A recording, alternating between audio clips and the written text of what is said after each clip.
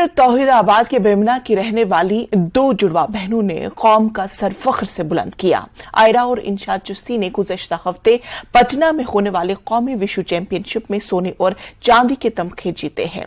पिछले साल जॉर्जिया में स्पोर्ट्स अथॉरिटी ऑफ इंडिया के ज़ेर एहतमाम बैनुल अक़वामी विश्व चैंपियनशिप इवेंट के लिए इन बहनों को मुंतखब किया गया था।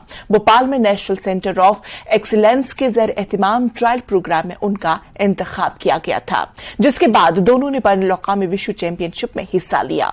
उन्होंने मुख्तलिफ नेशनल और इंटरनेशनल चैंपियनशिप में मजमूई तौर पर 14 तमखे जीते हैं। न्यूज़ 18 के साथ खुसूसी गुफ्तगू में दोनों बहनों ने स्पोर्ट्स काउंसिल, अपने कोच और अपने अफराद खानदान से इजहार तशक्कुर किया। एक्सपीरियंस हमारा अच्छा था, बहुत अच्छा था। वहाँ पे पटना में बहुत टाइम बाद नेशनल हुआ है, तो अभी सिल्वर आया है। इंशाल्लाह होप सो कि अगली बार गोल्ड ले आए। अच्छा, अभी ऐसा है कि are you eligible for Asian games? हाँ, अभी ये सुनने में आया है कि मेरी कैंप लग जाए गोल्ड सिल्वर वालों को। अभी पूरा कंफर्म नहीं है, बट अभी यही दुआ करूंगी कि लग जाए कैंप और इंशाल्लाह सिलेक्शन हो जाए। और ये अभी जो आपने टूर्नामेंट वहाँ पे खेला वुशु का, और ये डू यू रिमेम्बर इससे पहले कितने टूर्नामेंट्स खेले? हाँ, इससे पहले हमारा पिछले साल ही केरला में हुआ था, जहाँ पे मेरा सिल्वर मेडल आया था। तो अभी मैंने सोच के रखा था कि इस बार गोल्ड लाना है, पर अभी ऊपर वाले को ही मंजूर था। अभी शायद और मेहनत करनी है गोल्ड के लिए, तो इंशाल्लाह। अच्छा, ये बताएं प्रिपरेशन प्रोसेस कैसा है? हम लोग पहले स्कूल जाते हैं, बहुत ज़्यादा हेक्टिक पूरा दिन रहता है हमारा। बैठने का भी टाइम नहीं मिलता है, क्योंकि सुबह सवेरे स्कूल जाते हैं, फिर स्कूल से डायरेक्ट प्रैक्टिस हो जाती है।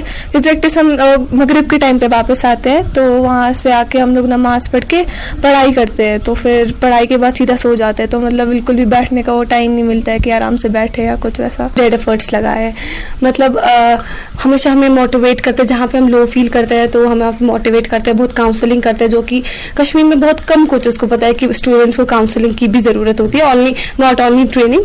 तो हमें काउंसलिंग भी करते हैं, और जब नेशनल करीब होता है तो हमारा सुबह शाम कैंप लगता है।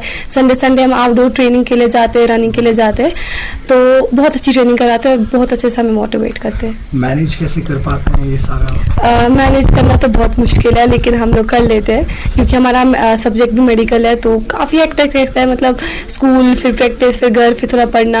तो कभी कभी ये सच है कि हम लोग पढ़ाई छोड़ देते हैं 1-2 दिन, लेकिन प्रैक्टिस नहीं छोड़ते हैं। तो बहुत हेक्टिक रहता है, लेकिन मैनेज करना पड़ता है। Parents how are they supported? उनके सपोर्ट की वजह से ही यहाँ तक पहुँचे, क्योंकि कश्मीर में काफ़ी पेरेंट्स ऐसे जो ये सोचते हैं कि मतलब इंसान स्पोर्ट्स में करियर नहीं बना सकता है, लेकिन ऐसा नहीं है। हम विराट कोहली को देखा, अगर वो डॉक्टर होता तो उसको कौन नहीं जानता। वो क्रिकेटर है, इसीलिए सब जानते हैं, क्योंकि स्पोर्ट्स में भी इंसान बहुत अच्छा करियर बना सकता है। और मेरे पेरेंट्स का तो बहुत ज़्यादा सपोर्ट रहा है, क्योंकि हर वक्त हमें बताना कि जाओ प्रैक्टिस जाओ, क्योंकि यहाँ के पेरेंट्स कश्मीर की बात देखा जाए तो यहाँ पे ऐसे बोलते हैं कि क्या है प्रैक्टिस, ऐसे सबको लगता है कि खेल रहे नाटक है और कुछ नहीं है। लेकिन हमारे पेरेंट्स ऐसे है कि नहीं, प्रैक्टिस जाओ तो ही कुछ कर पाओगे, मेहनत करो तो कुछ बन पाओगे।